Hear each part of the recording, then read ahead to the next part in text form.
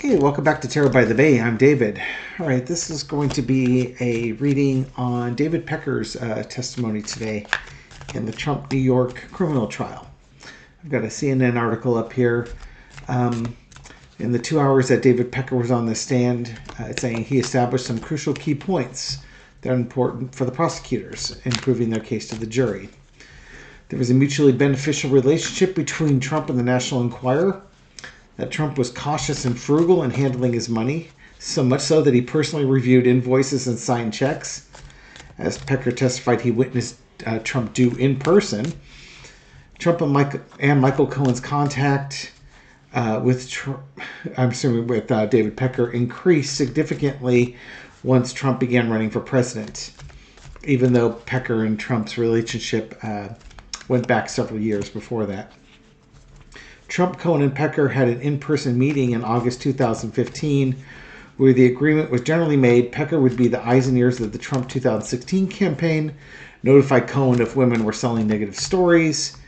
Then Cohen would try and find a way to kill the story, which is, they said, that's the same mechanics that occurred with Stormy Daniels' Stephanie Clifford's story.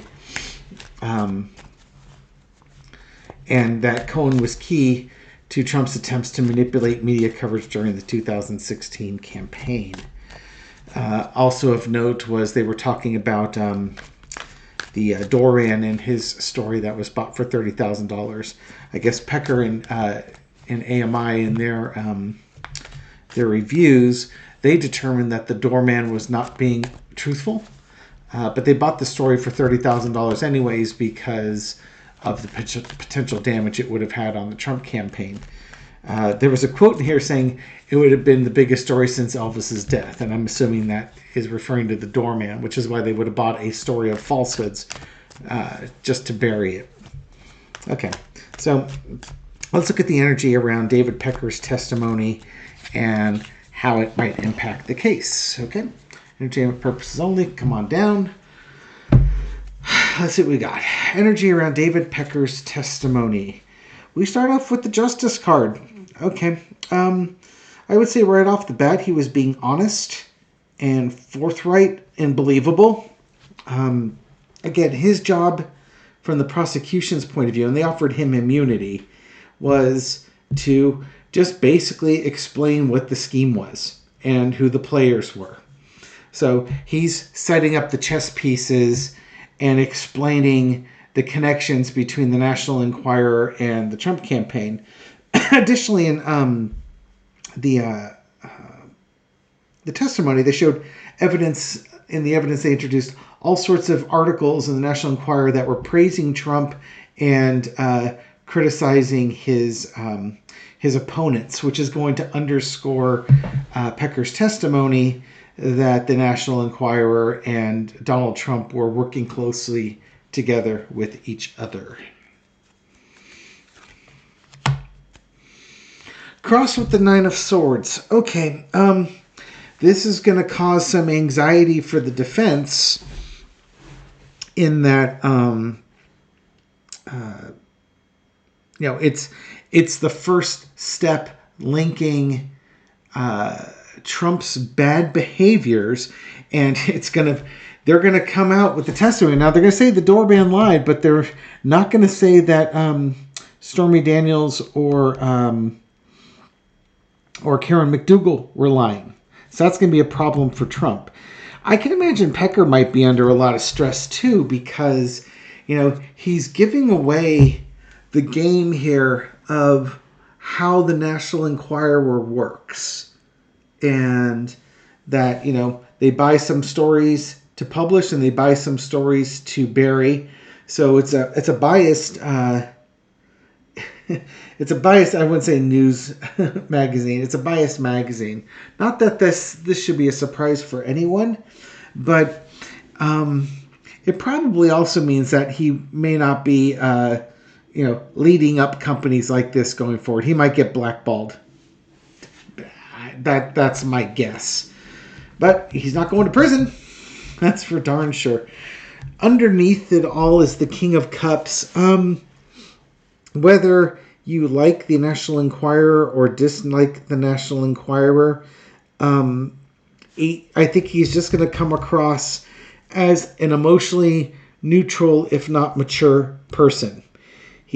Despite the fact that the National Enquirer is one of those magazines that gets people all riled up and gets their passions going, to him, it's like he's under control. For him, it's a business.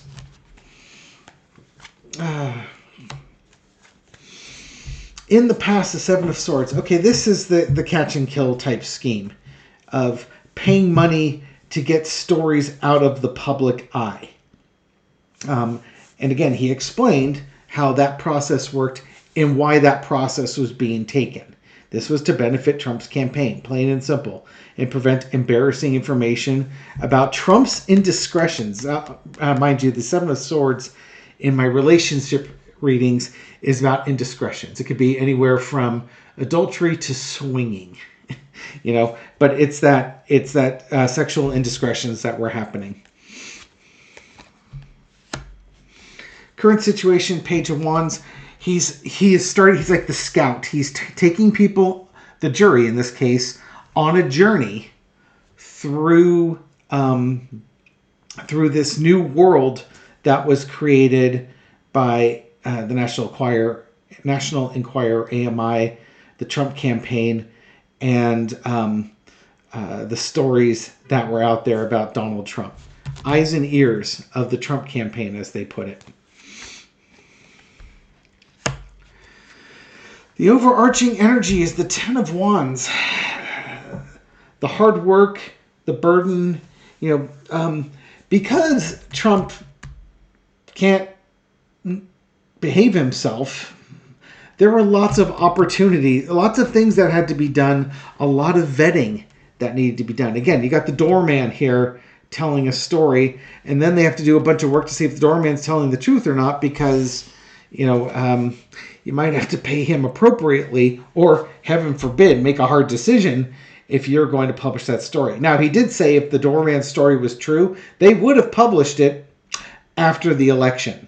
So, again, that's one of those things that's going to be a nightmare for Trump, is that David Pecker is basically testifying that, oh yeah, if we had gotten the dirt from the doorman and that was real, that was going to be a big old payday. But we weren't going to release that story until after the election because they want the payday without pissing off Trump in this one. But again, a lot of work. They got Karen McDougal's story, Stephanie Clifford's story, so on and so forth. The lesson to be learned is the Queen of Wands. You had the door, again, talking about the doorman and a child out of wedlock and saying that those stories weren't true. But what we do have are stories that are going to be true. The Stormy Daniels story and the Karen McDougal story. And, you can, again, Trump wants to say that he had no relationship with Stormy Daniels, but David Pecker's testimony is going to say, yeah, he did. We went through the hard work to prove it. We know he did. It doesn't matter what her disgraced former lawyer locked up in prison for 19 years says. Doesn't matter what Donald Trump says. Here's the problem. Trump's about to run into a buzzsaw with these two women as women continue to bring Trump down. The lesson to be learned is the Four of Cups. With the evidence that's being presented, it's going to be up for the jury to decide if the evidence that Pecker is presenting lines up. If Pecker is not a reliable witness, the jury should be able to determine quite easily if his story doesn't line up or not. And this might also be for stubborn jurors who maybe weren't as honest in their jury questionnaire. They might be starting to get some information that they don't like. Or ones that were thinking, no, he's innocent until proven guilty, and they're going to have to really prove it. There's a lot of information that's coming out. Again, this is the first step in a puzzle. This can also represent Donald Trump not wanting to hear what's being said here. But this, oftentimes we refer to the Four of Cups as like, getting things that you don't want, stories not lining up. But it's also a contemplation. It's sort of sitting back and looking at what you have, and more things are coming in. Not a wealth of riches, but something like that. A wealth of choices. You have all sorts of choices to make here. And again, I think his testimony is going to provide the jury with additional information that they're going to have to process and make the connection. Because again, in the end of the day, this is a conspiracy case. This is a case to subvert the 2016 election interference. How we get there is the that's where you have to lay the path from the catch and kill stories, why you would do something along those lines, and what benefit do you get from that. Okay, how will the jury view David Pecker's testimony? How did the jury view David Pecker's testimony? Cards flying everywhere.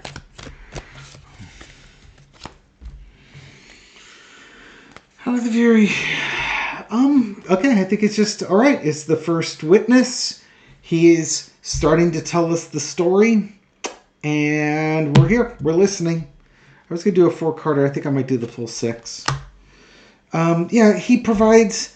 David Pecker, really what his value, the biggest value from the jury right now, again, it's only the first witness testifying, is he's giving the background. He's giving the catch and kill story, what the conspiracy, these 3 people in the conspiracy, what the conspiracy was about, and the money that was changing hands. This is going to link up to all the business records that are going to show all the money changing hands to back up the fact that Pecker is telling the truth. Underneath it all, the jury is going to be very curious how this links up to the women in the case, to the affair that he had with Karen McDougal and the sexual assault with Stormy Daniels.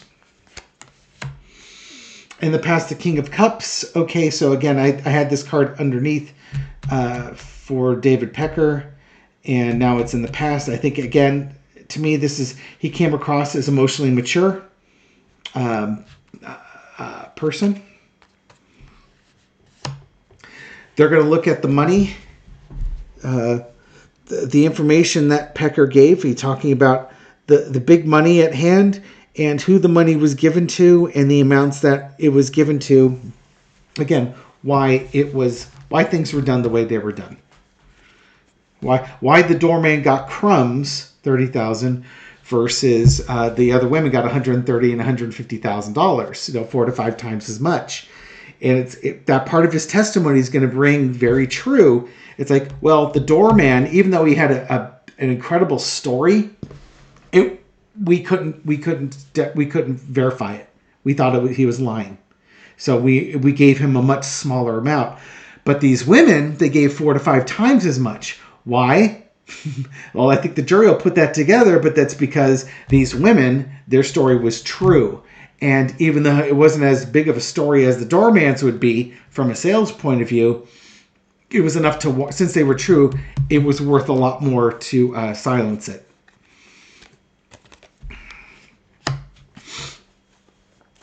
Overarching energy is the 3 of Cups. I'm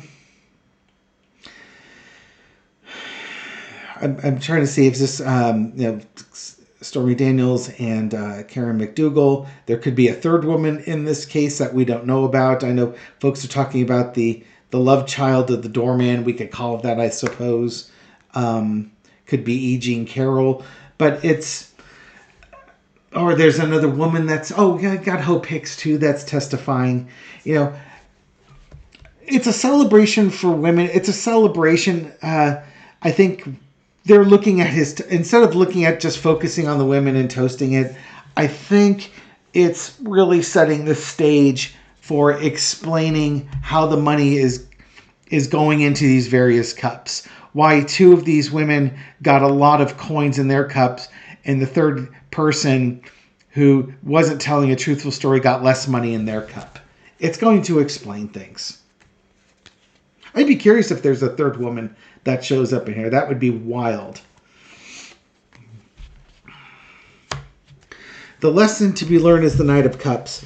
They see David Pecker and his relationship with Trump. Now, I'm surprised it's not the Knight of Coins, because it was very much a mercenary type of relationship. But I think they also look at it as a bit more that David Pecker was rooting for Donald Trump. He wanted Donald Trump to do well, and he was doing his part with his specialities to help Donald Trump along. He's not going to come across as an insincere witness. It's like he doesn't have a dog in the fight, so to speak. Now, did he get immunity? Yeah, he got an immunity deal because he was part of a conspiracy. But that doesn't mean, Michael Cohen got thrown under a bus. Michael Cohen would have a different interpretation of this Knight of Cups card. David Pecker does not have a different interpretation for that. He's not on Donald's bad side, and it publicly hasn't been on Trump's bad side. The outcome is the King of Pentacles. Probably, I think what the jury's looking at is one of the biggest things that Pecker made the comment on was that Trump was very frugal, reviewed invoices, and was quite aware of the money that was being spent and where it was being spent. It takes away Trump's plausible deniability. It takes away Trump's statement of, I had no idea, I was just signing things, the lawyers were telling me to, et cetera, et cetera, et cetera.